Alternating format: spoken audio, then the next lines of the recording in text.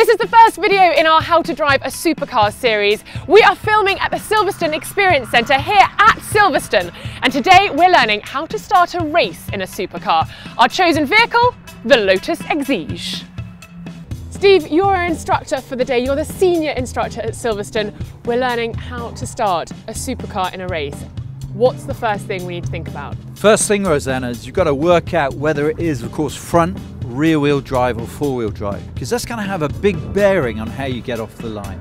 And this car is? Rear-wheel drive, most definitely. 345 bhp, V6, British, and Lotus's finest, the new Exige S. Okay, so what does that mean when we get in the car? What have I got to be thinking about? Well, when you're releasing the clutch, obviously in a car, the weight goes to the rear. And in the case of this Lotus Exige S, that's going to help us because the weight transfer is going to be over the driven wheels. So actually we're going to control the clutch, but it's going to be good as the weight moves rearwards, more grip to the rear, less chance the wheels spin, and a rocket ship get off the line. That's the plan. That's what we're hoping for. So shall we get in the car? I think we should give it a go. Let's see what you're made of. Oh, I'm if you can nervous. slide yourself behind the wheel. Okay.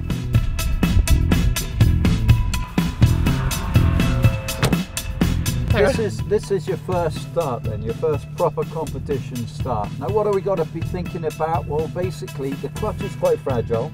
We can't afford to burn it out. If we hold it down too long for too many RPM, that's what's going to happen.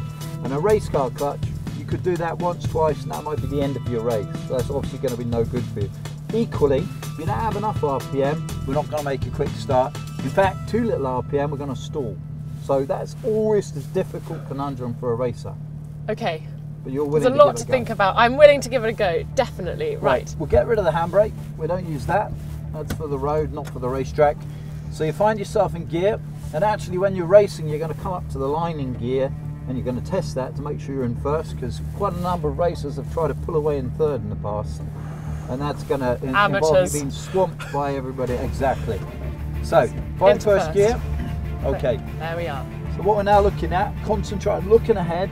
Okay, I'm going to tell you when to go, right? So imagine we're going to have red lights are going to come on, your revs come up, pull your revs up, more, go. Oops! I completely flunked it. Yeah, and now we've got 20. They're all coming at me. Running into the back. Oh no! Okay, handbrake back on. Typical novice mistake. Okay, let's have another go. Okay, so find your gear, so you're looking well ahead, you're at the start of your first race, you come around to the grid, stop messing around with the handbrake. Handbrake's off. Yeah, no use to you at all, the handbrake. And here we go, red lights, and green. I've stalled again! Yeah, and the reason you stalled this time is because that's third gear. Good for fuel economy, but not actually that good for getting away from the grid. No.